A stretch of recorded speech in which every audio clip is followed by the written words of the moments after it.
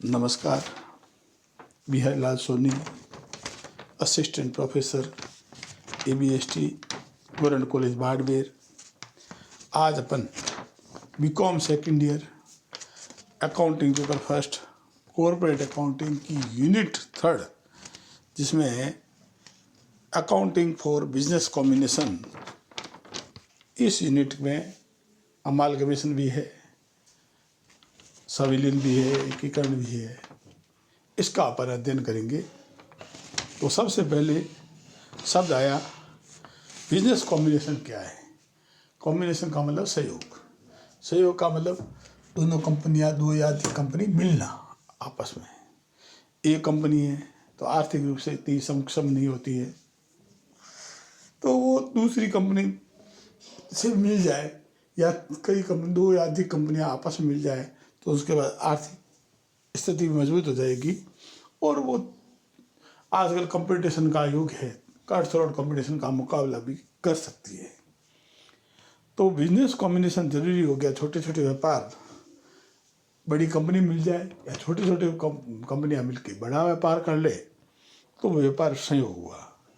अब business combination का मतलब दो या दो से अधिक व्यवसायों का एकीकरण है, अमालगमेशन है, एकीकरण है, एक बढ़ना है, जिससे छोटी इकाइयों की अनेक दुर्बलताएं, उनका पूंजी कम होती है, प्रबंध कम होता है, कच्चा माल कम मिलता है, इतना लेबर नहीं मिलता है, कंपटीशन में वो टिक नहीं पाती, तो अनेक दुर्बलताएं स्वतः समाप्त हो जाती है और एकीकृत व्यवसाय की आर्थिक स्थिति अपेक्षाकृत अधिक सुदृढ़ होती है। वो बिजनेस कॉम्बिनेशन है।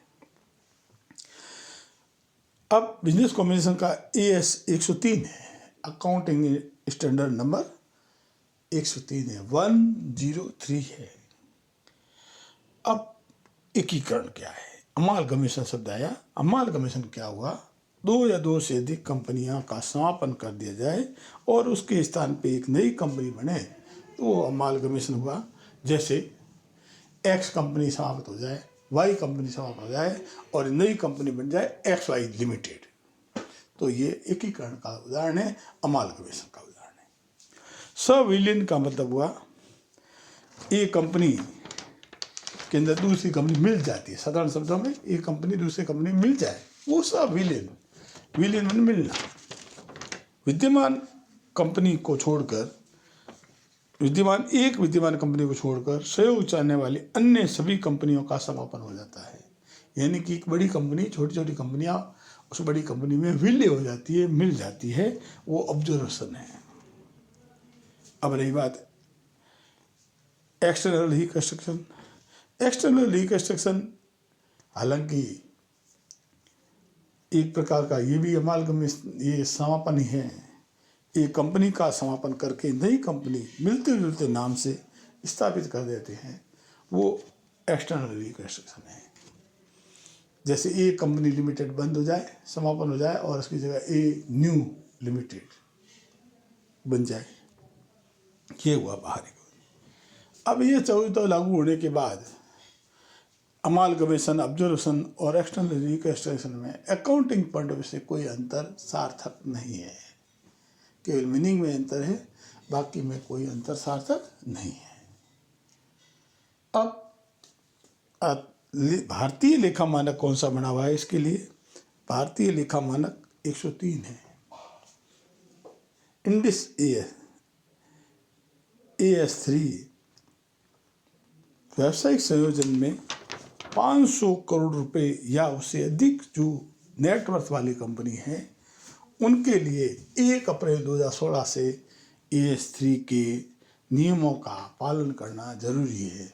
व्यावसायिक संयोग करना है तो इंडिस 103 के नियमों का पालन करना जरूरी है। इसी नियमों के अनुसार ही फर्म का एकीकरण होगा, सब बिजनेस कॉम्बिनेशन होगा। बिजनेस कॉम्बिनेशन के लिए जिनकी पूंजी 500 करोड़ रुपए से अधिक है, उनके लिए ये नियम अनिवार्य है। बिजनेस कॉम्बिनेशन के लिए ये 1 अप्रैल 2016 से लागू हुआ है, जिसकी नेटवर्थ ये 500 करोड़ या उससे अधिक की हो। तो आज अपन ने थर्ड यूनिट के अंदर अकाउंटिंग फॉर बिजनेस कॉम्बिनेशन ये कॉर्पोरेट अकाउंटिंग का 3rd यूनिट है। और इसके अंदर अपन ने पढ़ा कि दो बिजनेस कॉम्बिनेशन क्या हुआ कि 2 या 2 से अधिक व्यवसायों का एकीकरण, जिसमें छोटी छोटी कंपनियों की अन्य दुर्बलताएं समाप्त हो जाए और एकीकृत व्यवसाय आर्थिक स्थिति अपेक्षाकृत अधिक सुदृढ़ हो, वो बिजनेस कॉम्बिनेशन हुआ। समालगमेशन क्या पड़ा, 2 या 2 से अधिक कंपनियों का समापन करके नई कंपनी बनती हो। स्वविलीन का मतलब एक कंपनी दूसरी कंपनी मिल जाए।